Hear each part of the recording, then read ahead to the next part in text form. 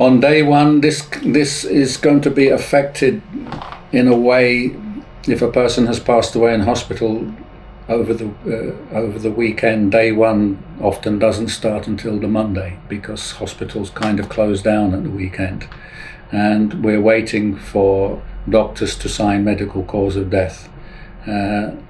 So there are, I always say to people, we just take this step by step. The first step, whether the person has passed away at home or whether it's happened in hospital, is for a doctor, GP or doctor in the hospital, to issue a medical cause of death.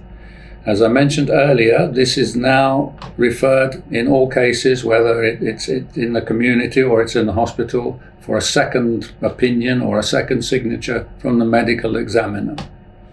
This is in order to prevent questions that could be avoided where the medical cause of death, the doctor might have written something unclear or not filled out the form correctly. The medical examiner puts these things right, and it saves time.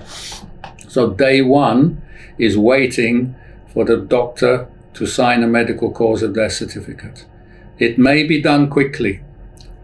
So in day one, it doesn't happen too often these days because they are busy, but and you have to have this second signature, from the medical examiner. But our job as funeral director and the family is to speak nicely to the bereavement office, of the hospital, if we're dealing with the hospital, and explain to them that it is a Muslim funeral.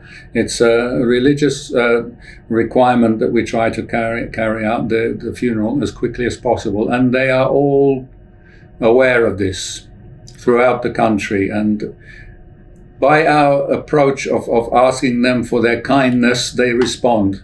So in some cases, it is possible to have the doctor to sign the medical cause of death in the morning and to get an appointment to register death. This is step 2, to register the death. So this can be on day 1.